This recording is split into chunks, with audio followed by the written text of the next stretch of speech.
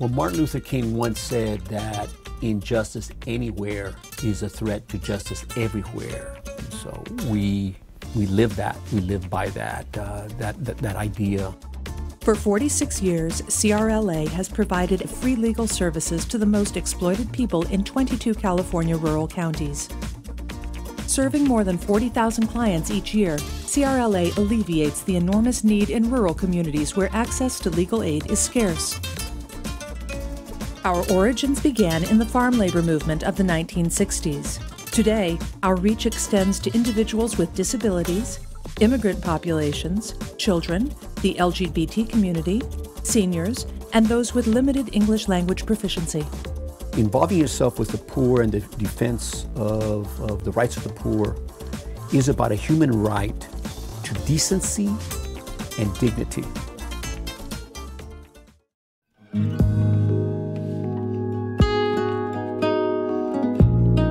If you go out to Doyle Gardens, you see the terrible conditions, broken windows throughout the apartment complex, garbage that doesn't get picked up, leaking ceilings. Some clients have stoves that don't work. Some of the conditions that we're fighting against at Doyle Gardens are the pest infestations, the worst of all, which are the bedbug infestation and the cockroach infestation. We've been living with the bed bugs practically since we've been there. We have to make sure all our food is closed and sealed. Toothbrushes is capped, baby bottles is capped. Doyle Gardens actually used to be housing for senior citizens, so we have elderly plaintiffs, we have disabled plaintiffs, we have war vets, and families like Kevin and LaRonda who have small children. It's terrible because my daughter, she's only 9 months and she's getting bit. It makes me feel angry because we don't understand how to get out of this situation. And if it wasn't for CRLA, we would be still stuck in the situation we're in. When the tenants first came to us, they had complained to their manager, they had complained to the landlord, they had complained to the city, they had complained to the county. CRLA was a blessing to us. Without them, we wouldn't even have anybody speaking for us because we didn't have a voice of our own. Now we can see the changes being made because now we're getting a response.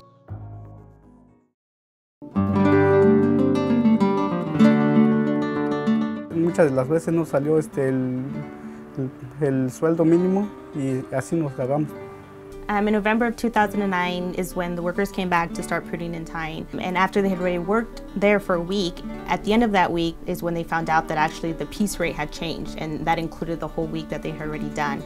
The piece rate had changed to about 15% less than what they were earning before, and that included having to do more work. Que le paga más como lo pagó el año pasado, pero dice el señor que no porque ya es otro año, es diferente, dice. Y ya, si no quiere trabajar, está bien. Well, what's at stake for farm workers if they do file a complaint, retaliation, blacklisted, not hired the next season. So it's a detrimental issue for farm workers because the work is on a seasonal basis and they need to come back to work the following year. Bueno, nos da miedo que van a decir que pues ya no puedes venir o ya se acabó el trabajo o ya está completo la gente y ya ahí seguimos como que le paga, pues tenemos que aceptarlo porque para que nos da trabajo, ¿verdad? Y ahí seguimos trabajando. Mariano and Natalia, and most of the 80 other co-complainants, are indigenous migrant workers. This combination makes them most vulnerable to exploitation by employers.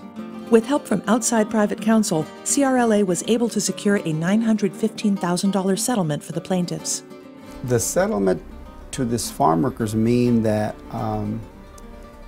they now can feel the dignity that farm workers deserve. They feel that they were compensated for the money that they were due from the last 4 years. There's part of the settlement that the employer agrees to pay the minimum wage, to provide tools, to provide breaks and lunch periods. So this is a message to the employers that you can't get away with stealing from the workers. Qué bueno que nos ayudaron a asistencias legales para ganar el caso porque el ranchero nos pagó los sueldos mínimos que nos ha pagado, porque sufrimos mucho en trabajar en el campo con dolor de los huesos. Tenemos los niños también lloran para llevar que la cuida y para ir trabajando y nos lo pagaron bien.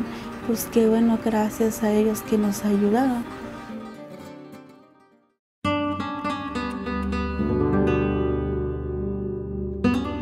Me hacían sentir que yo no valía nada, porque a veces yo les decía que no me gustaba que me tocaran y a ellos les causaba risa. Aunque yo les decía que no me gustaba que me tocaran, ellos seguían haciendo lo mismo. My impression of Francisca was that it was someone who had been hurt, diminished, and treated badly from her employer, and really make her feel like nothing. Para dormir a veces yo batallaba mucho porque tenía yo, no sé, mucho miedo, coraje, porque yo decía, el día de mañana no sé qué vaya a pasar. One of her superiors in particular wielded kind of a stick-like thing that he would use to hit her on the backside. A lot of women, they know they get abused in the workplace, but at the same time they think about the family because the economy right now is so difficult. It's a lot of things they go through before they go to our office to get help. Mi miedo era que me despidieran y me quedara yo sin trabajo, y era el sostén de mi hijo y mío. Francisca is a single mother and she is alone with her young son Christian, and so the fact that her job was in jeopardy, that fear, along with the years and years of harassment and discrimination that she had felt, finally was enough to make her say, that's enough, and I'm done. Within 1 week of consulting with CRLA, Francisca was fired. CRLA brought in the EEOC to investigate the employer, SEMA Orchids. We discovered very early on that Francisca was not the only victim. Once EEOC's investigation really got rolling, they broadened it so that more women would be included in their class. EEOC then filed suit, and we intervened on Francisca's behalf personally. And so that allowed us to bring state law claims into the litigation. The case ultimately resolved by settlement. The settlement in total was $240,000, and EEOC is monitoring the company continuously throughout the next couple of years as part of the settlement agreement. I think the settlement sends a message to other employers in the area and really throughout the state that there are organizations like CRLA that will help women to protect their rights.